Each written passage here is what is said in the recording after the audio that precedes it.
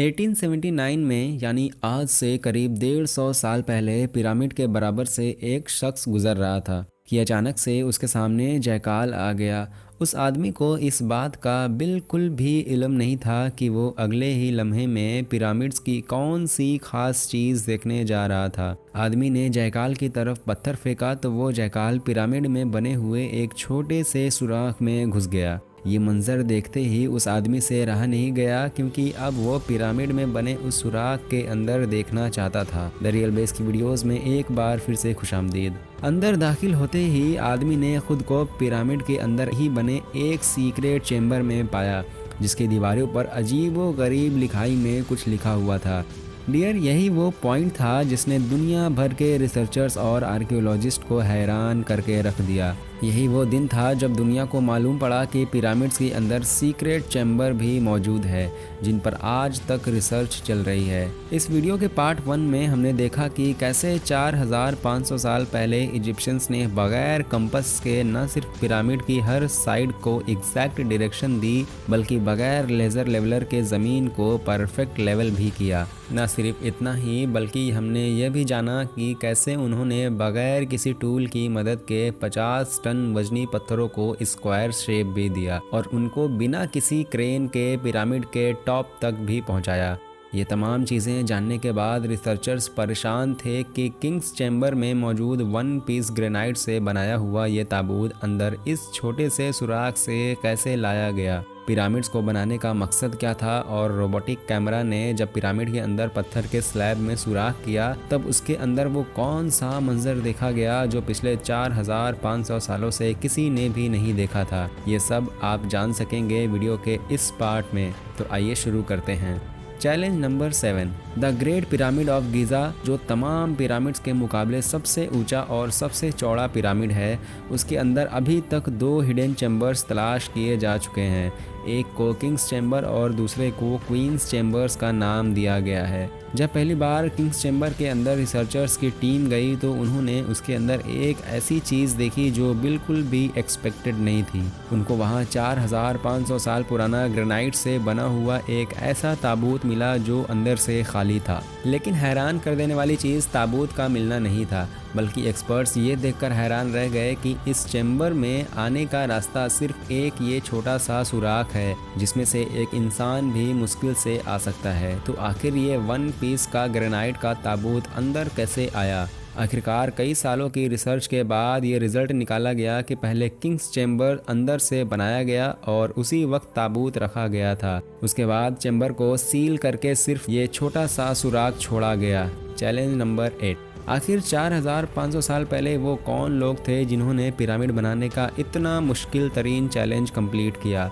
ये एक ऐसा सवाल था जिसके बारे में कई मुख्तलिफ थ्योरीज गर्दिश करती रहती हैं। किसी ने बोला कि ये मुश्किल तरीन काम उन गुलामों से करवाया जाता था जो खुद इजिप्शियंस नहीं थे, और गुलामों से ज़ोर ज़बरदस्ती इतना वज़न उठवाया जाता और ये पत्थर तोड़वाए जाते थे।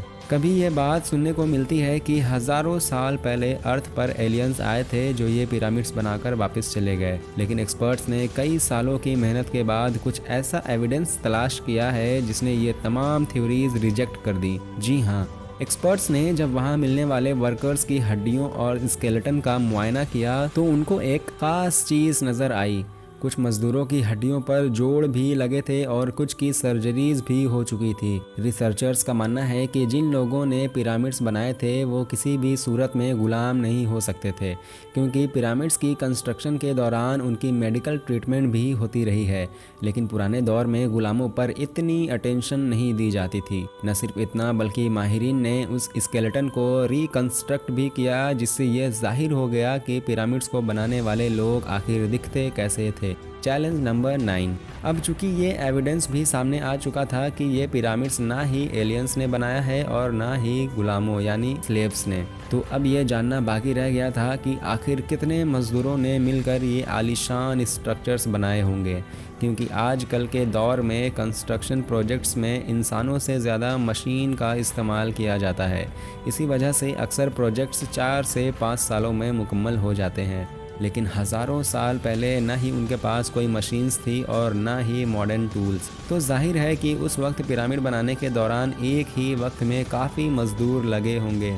लेकिन आखिर कितने? हिस्ट्री से मालूम हुई कि एक पिरामिड बनाने में एक वक्त में कम से कम 1 लाख वर्कर्स की मदद ली गई और ये मजदूर पूरे मुल्क से इकट्ठा किए गए थे। Challenge number 10। पिरामिड्स की उलझी हुई गुत्थियां अब सुलझना शुरू हो चुकी थीं। एक्सपर्ट्स और आर्कियोलॉजिस्ट अब एक ऐसे मोड़ पर खड़े थे जहां उन्होंने पिरामिड्स की कंस्ट्रक्शन की कई पोशीदा राजों का फाश किया था, लेकिन अभी भी कई राज पोशीदा थे जो बार बार रिसर्चर्स को तंग कर रहे थे। उनमें से एक राज था पिरामिड्स बनाने का मकसद। 60 लाख टन से भी ज़्यादा वजनी और 23 लाख पत्थरों से बना सिर्फ एक पिरामिड और उनके अंदर बने सीक्रेट चैम्बर्स का आखिर कोई तो मकसद होगा। रिसर्चर्स का मानना था कि सिर्फ ममीज़ को दफनाने के लिए इतना ताम झाम नहीं किया जा सकता, बल्कि इन पिरामिड्स का कोई और ख़ास मकसद भी था। इन मकसद को जानने के लिए दुनिया भर के मुख्तलिफ इदारों से मदद हासिल की गई और ये रिज़ल्ट निकाला गया कि पिरामिड्स बनाने का मकसद था इंसानों को खुदा बनाना। इजिप्शियंस का मानना था कि जब इंसान मर जाता है तो वो ऊपर आसमान में जाकर एक सितारा बन जाता है और मरने के बाद भी वो अपने पीछे रह गए साथियों, अपनी फैमिली और अपनी धरती के काम आता रहे। उसके लिए उनको इन पिरामिड में दफनाया जाएगा, जो पिरामिड्स की इस वॉल पर लिखी इन रिलीजियस लैंग्वेज की मदद से अपना मकसद हासिल कर सकेगा। और यही शायद उनका बिलीफ भी था। लेकिन पिरामिड्स का असल मकसद यही है या फिर कोई और, इसका अभी तक कोई एविडेंस नहीं मिल सका। Challenge number 11। एंशिएंट इंजीनियरिंग की हिस्ट्री के इन शक्कार स्ट्रक्चर्स डिज़ाइन ने एक बार फिर से एक्सपर्ट्स को मुसीबत में डाल दिया। ये मामला शुरू हुआ गीज़ा के पिरामिड्स की एक एरियल फोटोग्राफ से, जिसमें देखा गया इन तीनों पिरामिड्स का स्ट्रक्चर एक दूसरे से अलाइंड नहीं है। ये मालूम नहीं हो पा रहा था कि जिन लोगों ने 4500 साल पहले इंच बाई इंच इतनी सफाई से पिरामिड्स बनाए थे, उन तीनों पिरामिड्स को एक दूसरे से अलाइन क्यों नहीं किया। क्यों इन तीनों की पोजीशन किसी भी सूरत में आपस में मैच नहीं हो रही थी। पहले तो ये एक कोइंसिडेंस समझा गया, लेकिन सिर्फ तब तक जब तक रॉबर्ट बुवाल ने ये कोड क्रैक नहीं किया था। रॉबर्ट बुवाल का मानना था कि ये सब एक कोइंसिडेंस नहीं, बल्कि इन पिरामिड्स की ये पोजीशन एक सोचे समझे प्लान की वजह से रखी गई थी, क्योंकि उस दौर में इजिप्शियंस तारों को बहुत मानते थे। इसी वजह से उन्होंने ओरियन बेल्ट के 3 सितारों की पोजीशंस के हिसाब से ही ये पिरामिड्स बनाए। अगर गौर से देखा जाए तो इन 3 सितारों में से 2 ब्राइट सितारे हैं और एक सितारा डिम भी है और इन दोनों से हटा हुआ भी है। सितारों का यही एग्जैक्ट पैटर्न गीज़ा के इन पिरामिड्स में भी इस्तेमाल किया गया। Challenge number 12। 1980 में इन पिरामिड्स पर एक ख़ास किस्म की एक्सरेज फेंकी गई, जिससे मालूम पड़ा कि क्वीन और किंग्स चैम्बर के अलावा पिरामिड की टॉप पर एक और सीक्रेट चैम्बर भी मौजूद था। डॉक्टर जाही हवास का मानना था कि शायद यही वो सीक्रेट चैम्बर है जिसके अंदर पिरामिड के कई राज पोशीदा हैं। इन सीक्रेट चैम्बर तक पहुंचने के लिए 5 सालों के टाइम में एक रोबोटिक कैमरा तैयार करवाया गया, जिसको 1993 में इस छोटी सुरंग में भेजा गया। ठीक 200 फीट के बाद रोबोटिक कैमरा रुक गया, और क्योंकि उसके सामने पत्थर का एक स्लैब था जिस पर 2 कॉपर हैंडल्स भी लगे थे। लेकिन एक्सपर्ट्स को हर कीमत पर स्लैब्स के उस पार का मंजर देखना था, जो पिछले 4500 सालों से किसी ने भी नहीं देखा था। इसके लिए मजीद 8 सालों की मेहनत के बाद एक रोबोट तैयार किया गया, जिसके आगे ड्रिल मशीन भी लगी थी। 2001 में उस रोबोट ने लाइमस्टोन से बने उस स्लैब में बारीक छेद कर दिया, इतना बारीक कि उसमें सिर्फ एक कैमरा अंदर जा सके। जब कैमरे ने उस छेद के अंदर देखा तो उसके अंदर का एक और पत्थर का स्लैब मौजूद था, लेकिन जब कैमरे का एंगल ज़मीन की तरफ किया गया तो कुछ ऐसा नज़र आया जिसने सबके रोंगटे खड़े कर दिए। जी हाँ, ज़मीन पर लाल रंग से कुछ ख़ास अल्फ़ाबेट्स लिखे थे। ये अल्फ़ाबेट्स इस छोटे पैसेज को सील करते वक्त 4500 साल पहले लिखे गए थे।